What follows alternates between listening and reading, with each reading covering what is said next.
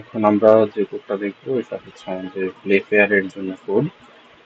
তো এখানে আমরা প্রথমে রেখেছি আমাদের ইউজার থেকে চয়েস নেওয়ার জন্য, যদি সে এনক্রিপশন করতে চায় তাহলে সে 1 প্রেস করবে, এবং যদি সে ডিক্রিপশন করতে চায় তাহলে এখান থেকে সে 2 প্রেস করবে। এরপরে দেন আমরা লাইব্রেরি ফাংশন হিসেবে নামপাই ইউজ করেছি। এরপরে দেন আমাদের এখানে কিওয়ার্ড হচ্ছে সফটওয়্যার সিকিউরিটি, অ্যান্ড আমাদের প্লেন টেক্সট হচ্ছে সফটওয়্যার ইঞ্জিনিয়ারিং। তো এরপরে হচ্ছে আমাদের যে কাজটা আমরা করেছি, এখান থেকে হচ্ছে final keyword, then for letter in keyword. এখানে আমরা আমাদের যেই ডুপ্লিকেট যদি কোনো লেটার থাকে সেটা চেক করার জন্য আমরা একটা লুপ ক্রিয়েট করেছি, এবং ফাইনাল কিওয়ার্ড যেটা, এটার প্রতিটা ক্যারেক্টারকে স্টেপ বাই স্টেপ চেক করবে। আহ, এরপরে দেন আমাদের এখানে যে ম্যাট্রিক্স ক্রিয়েট করেছে একটা, এই ম্যাট্রিক্সটা হচ্ছে 5x5 ম্যাট্রিক্সের মধ্যে ডেটাগুলোকে স্টোর করার জন্য। দেন অ্যালফাবেট যেগুলো আছে এগুলোকে হচ্ছে আমরা যদি লোয়ার কেসও হয় সেগুলোকে আপার কেসে কনভার্ট করার জন্য আমরা, এবং এখানে হচ্ছে 6591 এটা, অর্থাৎ আমাদের যে অ্যালফাবেটগুলো সেগুলোকে ক্রিয়েট করার জন্য আমরা ইউজ করেছি। এরপরে দেন আমাদের এখানে যে বিষয়টা ফর লেটার ইন অ্যালফাবেট, এটাকে আমরা 25টা লেটার আমরা ইউজ করব যদি আমরা জে কে কনসিডার করি। দেন তখন আমরা হচ্ছে 25টা লেটারকে আমরা একটা ম্যাট্রিক্সের মধ্যে স্টোর করব, যেটা আমাদের একটা 5x5 ম্যাট্রিক্স হবে। দেন আমরা ম্যাট্রিক্সটাকে প্রিন্ট করব।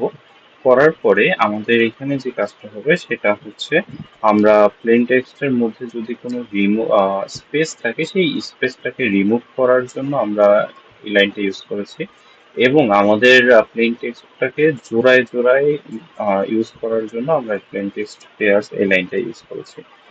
দেন আমাদের হচ্ছে এখানে যে বিষয়টা করেছি আমরা, যদি আমাদের প্লেন টেক্সটের সব শেষে যদি আমাদের জোড়া না মিলে, তাহলে সেই জোড়া না মিললে তার শেষে আমরা একদম সর্বশেষে আমরা একটা তার সাথে এক্স যোগ করে দিব, সর্বশেষে যে ওয়ার্ডটা থাকবে।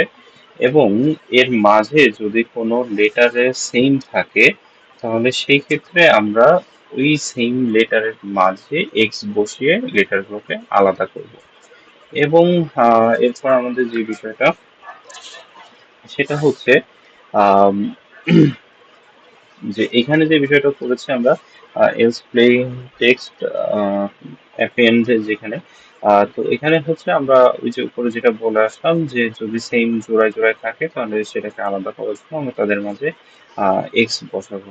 তো দেন এখানে আমরা যেই অ্যাগেইন যে লুপটা ক্রিয়েট করেছি এটা হচ্ছে আমাদের, যদি আমাদের সাইফার টেক্সট বা প্লেন টেক্সট যদি একই রোতে থাকে তাহলে সেম রোতে থাকলে তারা এক ঘর করে ডানে সরে যাবে, এবং যদি আমাদের সাইফার টেক্সটটা যদি একই কলাম বরাবর থাকে তাহলে হচ্ছে তারা এক ঘর করে নিচে সরে যাবে, অর্থাৎ নিচের দিকে সরে আসবে।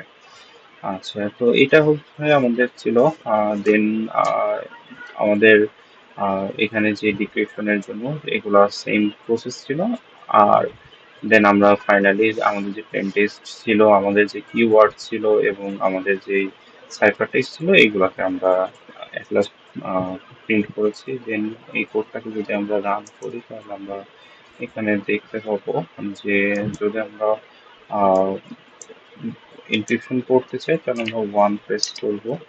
দেন আমাদের হচ্ছে এটাকে 5x5 ম্যাট্রিক্সে শো করবে। দেন এখান থেকে আমাদের সাইফার টেক্সট দেখাবে। আর যদি অ্যাগেইন আমরা যদি ডিক্রিপশন করতে চাই তাহলে আমরা 2 তে প্রেস করবো। 2 তে প্রেস করলে আমাদের যেই ভাগ ভাগাকার এগুলো শো করবে। তো এটাই ছিল আমাদের হচ্ছে প্লে ফেয়ারের যে পাইথন কোর্স।